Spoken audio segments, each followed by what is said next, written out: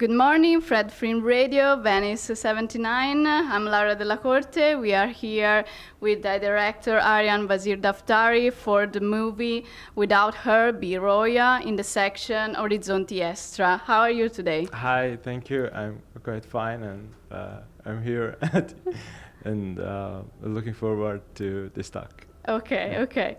Fair enough. My first question is, one of the scenes that hit me the most was when she said that she's a nobody when she's arguing with her partner.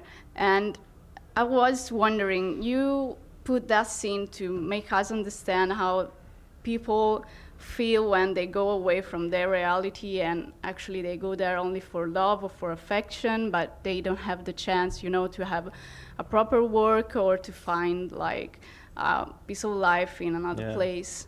Yeah, I think that identity is a matter of your surrounding, your choices, your past, and where you spent most of your life there. And so when someone decides to immigrate from somewhere, suddenly that whole experience vanishes, and you should start as this new child in a new world that you have no idea about. And I think that is the experience that the protagonist goes through within the movie, because it seems that she didn't choose to immigrate. It was more her husband's choice, so it's a hard experience for her for sure. Yeah.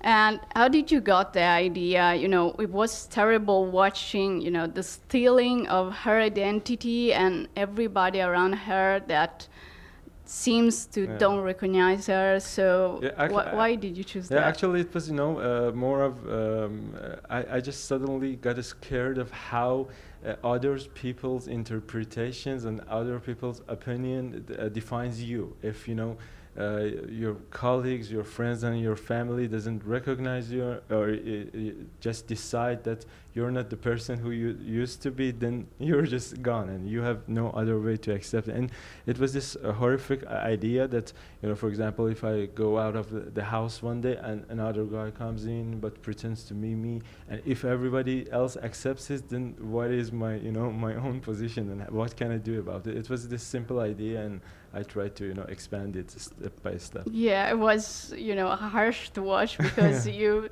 didn't know how to react to something like that, and the fact that the other woman is so in the part with her. And another thing is that you have explained some way our relationship between the past and the memories and what define us as people, as persons. Yeah. And without them, you said, are we the same person or not? What do you think about that? I think that we're totally not in it. I mean, my own opinion is that, but it depends. I think that I always have this example. If if this story happens in like a 20 years time span, it's not that quite weird or strange, because people change by their decisions step by step. And when you compare someone to like 20 years back, she or he is not the same person anymore. But I try to push this time limit within a week, and it becomes really horrifying. That's if you go you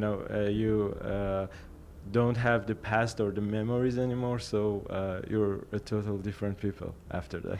Yeah, at the very end we have some kind of resolution, but I would like to ask why this kind of resolution. Because I always believe in hope, and believing that at the end of the day, if you choose to be someone, if you choose to go on a path, I just never wanted the character to give up, and I thought maybe the film should end with this scene that it's the beginning of another story, perhaps. Yeah, fair enough.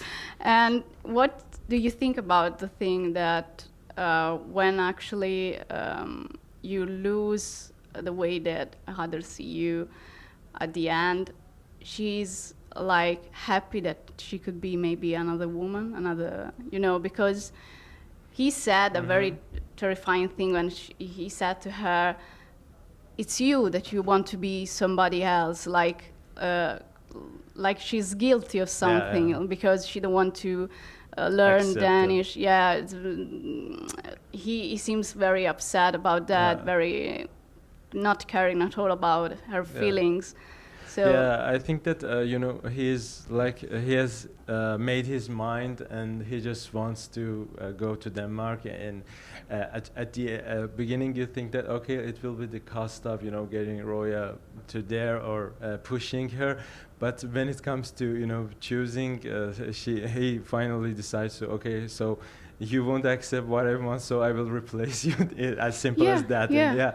And that's I think that happens in real life too. But you have to take a wider perspective. But it happens when we give up on someone. We sometimes think okay, maybe we should try another person. Yeah, and another thing that I notice is that you use a lot, the backgrounds to give some kind of, emotional feeling. When the two women are arguing on the upstairs and there is the light, they're always bumping. Is that because they are arguing and she's some kind of stealing her identity? Is that the idea you wanted to give? I try to create the atmosphere too. It's like this dark tunnel that they go through, and when they get out of it, the game is completely different, and the identities are not anymore as they were. Yeah. Okay, and it was easy to choose the actress. Actually, both actresses for these two roles, Roya and Ziba, they were quite good ones, and I really, I wanted it to be a cooperative and collaborative process. So after reading the screenplay, we had these long sessions and too many sessions just to talk about the role. And they really trusted on the project and the script, so I was quite lucky in that regard. Yeah, and you did very well. Actually, are you happy, of the screening here? It has already. Yeah, sure. Actually, it's my debut film, so it's a quite nice experience to have it presented in such, famous and very credible event. Yeah. Is there someone that helped you, during the process? Yeah, sure. I should thank the team, the crew, and the cast, of course, and my producers who never gave up on this, and of course the distributors. All of the delegation. Okay. Thank you very much for being with us. And Fred Film Radio, Venice 79, Laura Della Corte, and we are here with Arian Vazirdaftari. Thank you so much. Thank you. Thank you.